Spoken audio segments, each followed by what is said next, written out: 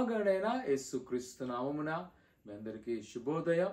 పరలోక కుటుంబ పరిచర్య మందిర నిర్మాణం కొరకు ప్రార్థన చేయండి.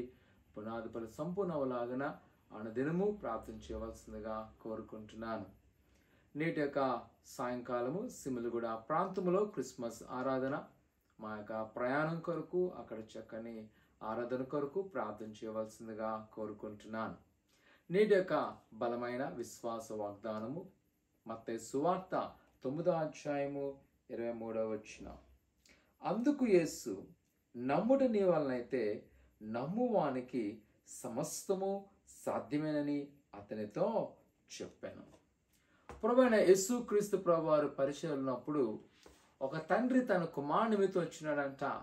అపవిత్ర ఆత్మ వల్ల ఆ కుమారుడు అనేక సార్లు మూర్ఛలు పడిపోతుంటూ అగ్నిలోను అపాయం పరిస్థితిలో ఉంటుండేవాడంట. ఆ వ్యక్తి యేసయ్య దగ్గరికి వచ్చినప్పుడు యేసయ్య చెప్పిన మాట, నేను నిన్ను స్వస్థపరుస్తాను లేదా నీ కుమారుని స్వస్థపరుస్తానని నీకు విశ్వాసం ఉందట. నమ్ముడు నీ వలనైతే నమ్మువానికి సమస్తము సాధ్యమే.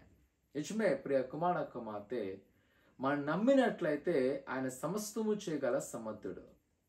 ఈ ఉదయకాల సమయంలో నీ జీవితంలో ఇది జరగదు అని నీ పక్కవారు, ఎదుటివారు, నీతో ఉన్నవారు అంటున్నారేమో, కానీ నమ్ము, దేవునికి అసాధ్యమైనది లేదు. ముఖ్యంగా నేను నా ఆత్మీయ జీవితంలో కానీ పరిచయలో చూస్తున్నప్పుడు దేవుడు అటువంటి ఒక విశ్వాసాన్ని నేను గమనించగలను. కొంతమంది అనుకుంటారు వారి జీవితంలో ఎన్నడూ ఆశీర్వాదం రాదని, కానీ ఎప్పుడైతే యేసుని నమ్మకించి వారు వెళ్తుంటారో ఆ శూన్యంలోనే వారి జీవితంలో సమస్తం చేయగలుగుతున్నాడు. దేవుని యొక్క వాక్యం ద్వారా మిమ్మల్ని ప్రోత్సహిస్తున్నాను. Trust in him. ఆయన యందు నమ్మకించండి. నువ్వు నమ్మినట్లయితే నమ్మువానికి సమస్తము సాధ్యమే. ఆయన నిన్ను సమస్తము చేయగల సమర్థుడిగా ఉన్నాడు. ఈ రోజు నువ్వు నమ్మకంచగలవా? ప్రార్థన చేసుకుందాం. మహాగణుడైన దేవా, నీకు నాలు, నీ ప్రజలు మీరు తాకండి, ఆశ్రదించండి, ఫలింపచేయండి. ఎదుగో ప్రభా, నమ్ముడిని వల్ల అయితే నమ్మవాని సమస్తం సాధ్యమన్నాం. ఇదిగో వారికి సమస్తాన్ని మీరు సాధ్యం చేసి మీరు దీవించి ఆశీర్వదింపచేసి ఫలింపచేయమని నీ కృపాక్షమని నింపమని యేసునామమున అడుగుతున్నాం తండ్రి, ఆమేన్.